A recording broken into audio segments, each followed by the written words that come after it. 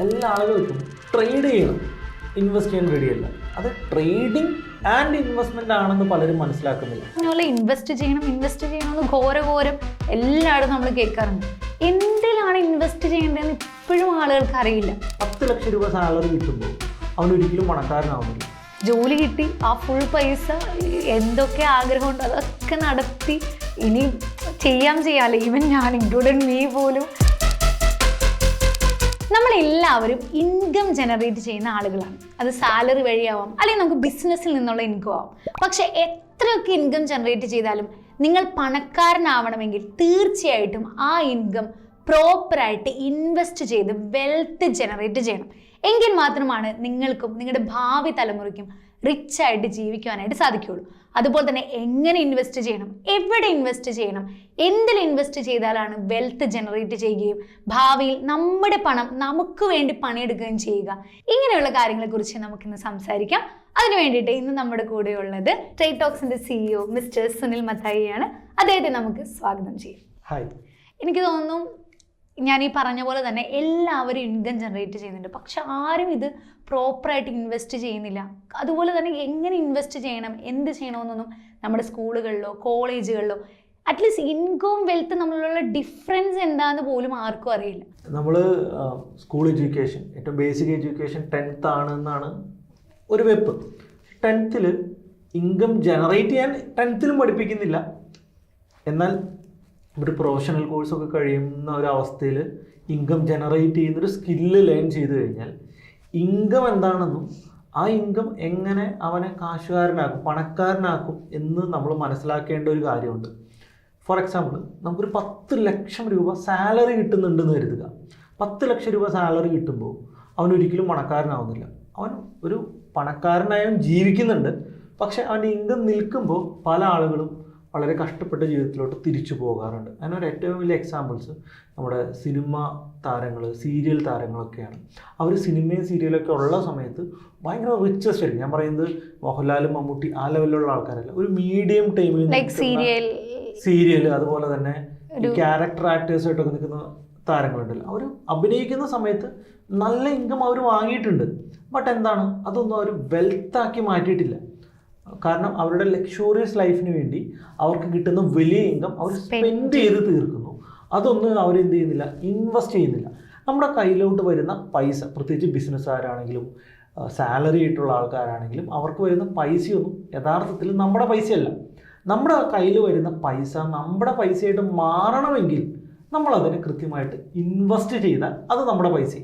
ഇല്ലെങ്കിൽ ഉറപ്പാണ് എന്തെങ്കിലുമൊക്കെ കാരണം പറഞ്ഞ് നമ്മളത് സ്പെൻഡ് ചെയ്ത് തീർക്കും. അപ്പോൾ വലിയ സാലറിയോ വലിയ ഇൻകം ഒന്നും വേണ്ട ഒരാൾക്ക് കാശുകാരനാകാനായിട്ട്.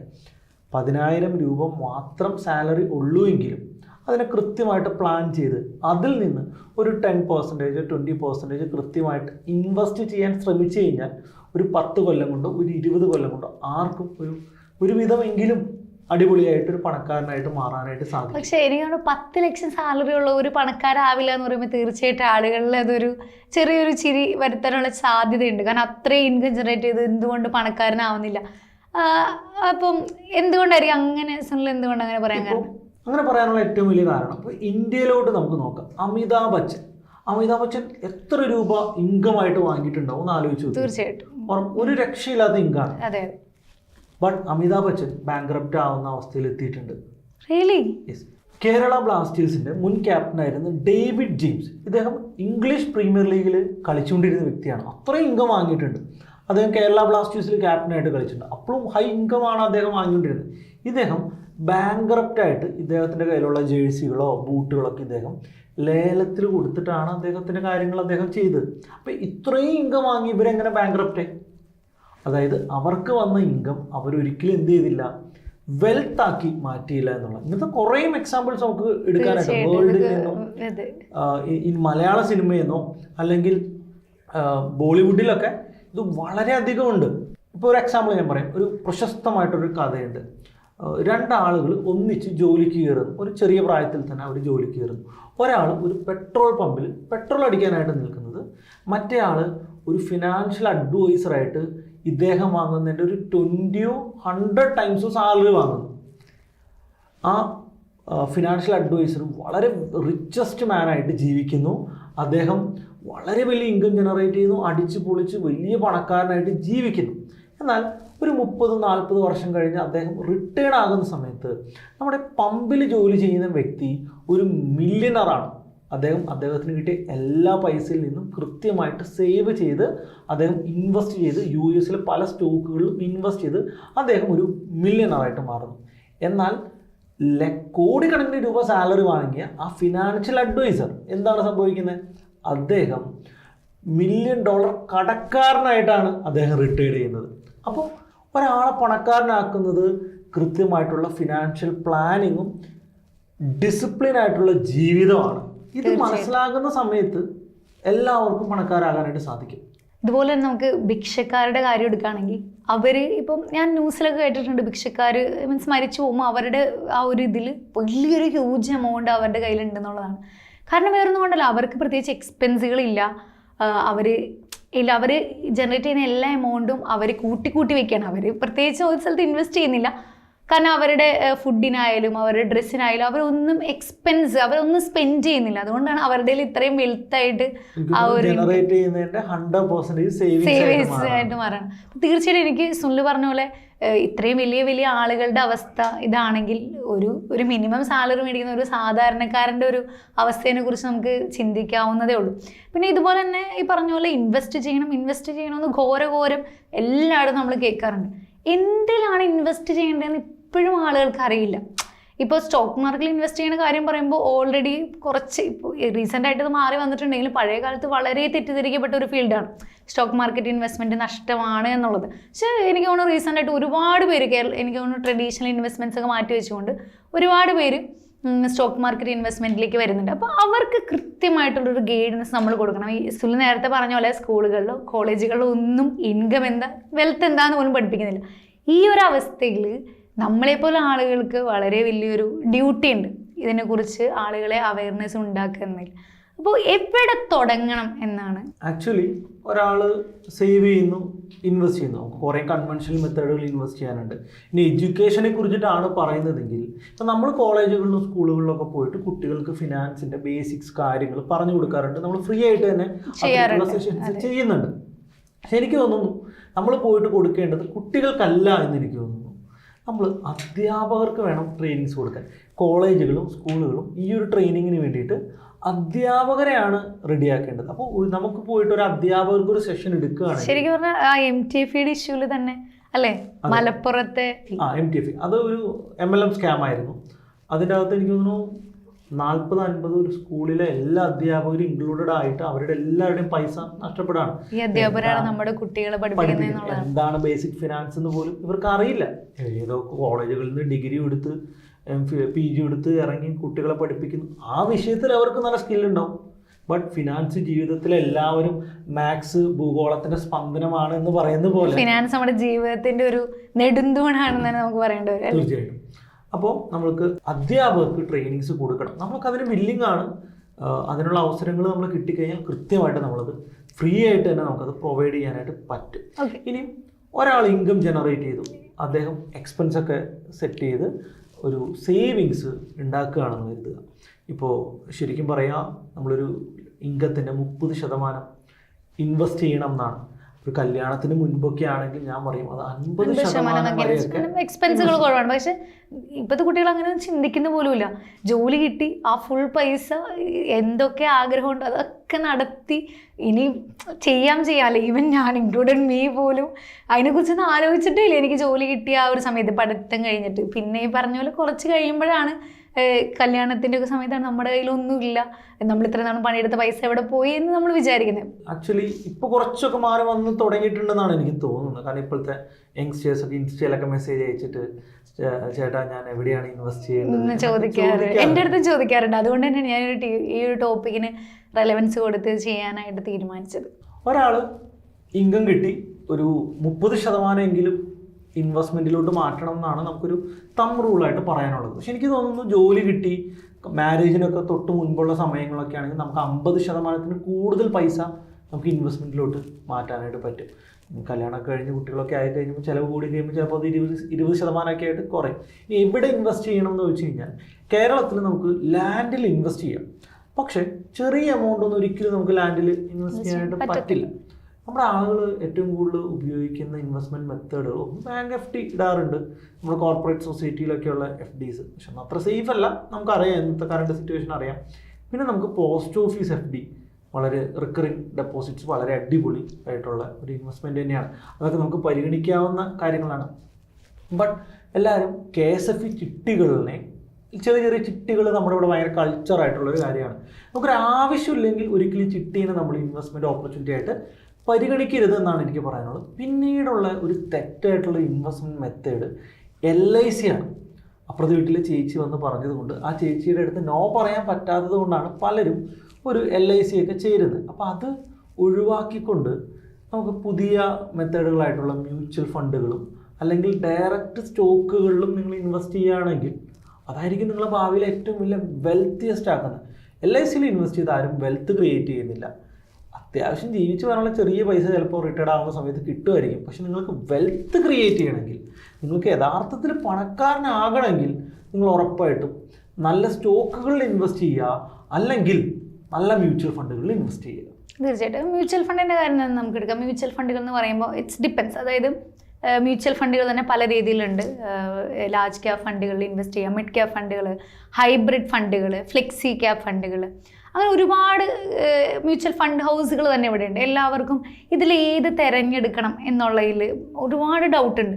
എൻ്റെ അടുത്ത് ഒരുപാട് പേര്, മാഡം എനിക്ക് ഇത്ര പൈസ ഇൻവെസ്റ്റ് ചെയ്യാൻ ഞാൻ റെഡിയാണ്, മന്ത്ലി ഞാനൊരു 10,000 ഇൻവെസ്റ്റ് ചെയ്യാൻ റെഡിയാണ്, ഞാൻ ഏതാണ് തിരഞ്ഞെടുക്കുന്നത്, എനിക്ക് ഇത്ര വയസ്സാണുള്ളത്. അപ്പോൾ നമ്മളെങ്ങനെ അവരുടെ ഏജും അവരുടെ റിസ്ക് എടുക്കുന്ന സമയവും അവരുടെ കയ്യിലുള്ള ആ ഒരു എമൗണ്ട് അനുസരിച്ച് എങ്ങനെ ഒരു നല്ലൊരു മ്യൂച്വൽ ഫണ്ട് ഒരാൾക്ക് സജസ്റ്റ് ചെയ്ത് കൊടുക്കും? ഞാൻ പറയുന്നത് ഏജ് വളരെ ഇമ്പോർട്ടൻ്റ് ആണ്. പിന്നെ എന്ത് ആവശ്യത്തിന് വേണ്ടിയിട്ടാണ് ഇൻവെസ്റ്റ് ചെയ്യുന്നത്?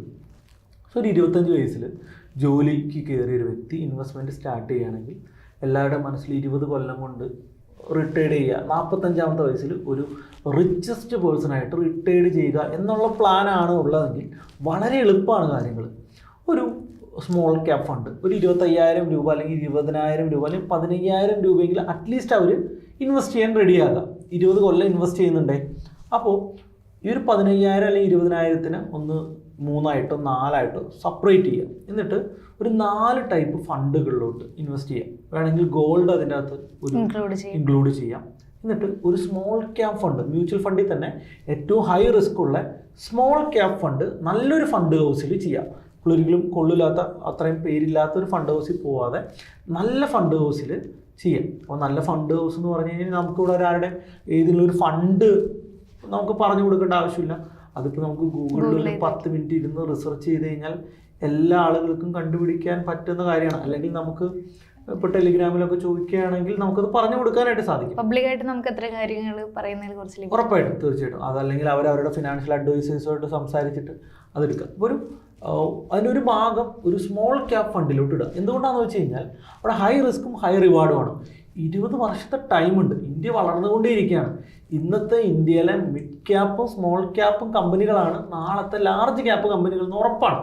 അപ്പോൾ ഇതൊരു മാനേജറാണ് ചെയ്യുന്നത് എന്നുള്ളത് കൊണ്ട് ഇതിൻ്റെ അകത്ത് മോശമുള്ള കമ്പനികളെ മാറ്റി നല്ല കമ്പനികളെ ആഡ് ചെയ്തുകൊണ്ട് ഒരു ലോങ് ടൈമിൽ നമുക്ക് എന്തായാലും ഒരു 15%-ലധികം റിട്ടേൺ ഈ പറയുന്ന സ്മോൾ ക്യാപ്പിൽ നിന്ന് കിട്ടും എന്നുള്ള കാര്യത്തിന് യാതൊരു ഡൗട്ടുമില്ല.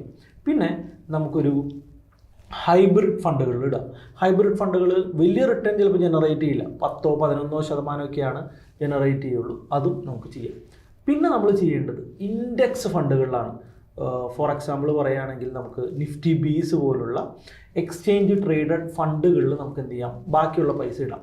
അപ്പോൾ നമ്മളൊരു സെക്യൂർ ആയിട്ടുള്ളൊരു പോർട്ട്ഫോളിയോ ജനറേറ്റ് ചെയ്യും. ഇങ്ങനെ എല്ലാ മാസവും ഒരു 15,000 to 20,000 രൂപ ഒരു 25 വയസ്സ് മുതൽ ഇട്ട് തുടങ്ങുകയാണെങ്കിൽ 45-ാമത്തെ വയസ്സിൽ എങ്ങനെ പോയാലും അത് 1 കോടി to 2 കോടി രൂപയോളം വെച്ച് അവർക്ക് ഒരു വെൽത്ത് ക്രിയേറ്റ് ആകും. പിന്നീട് വർക്ക് ചെയ്യണോ, ഇൻകം വീണ്ടും ജനറേറ്റ് ചെയ്യണോ എന്നുള്ളതൊക്കെ അവരുടെ ഇഷ്ടമാണ്.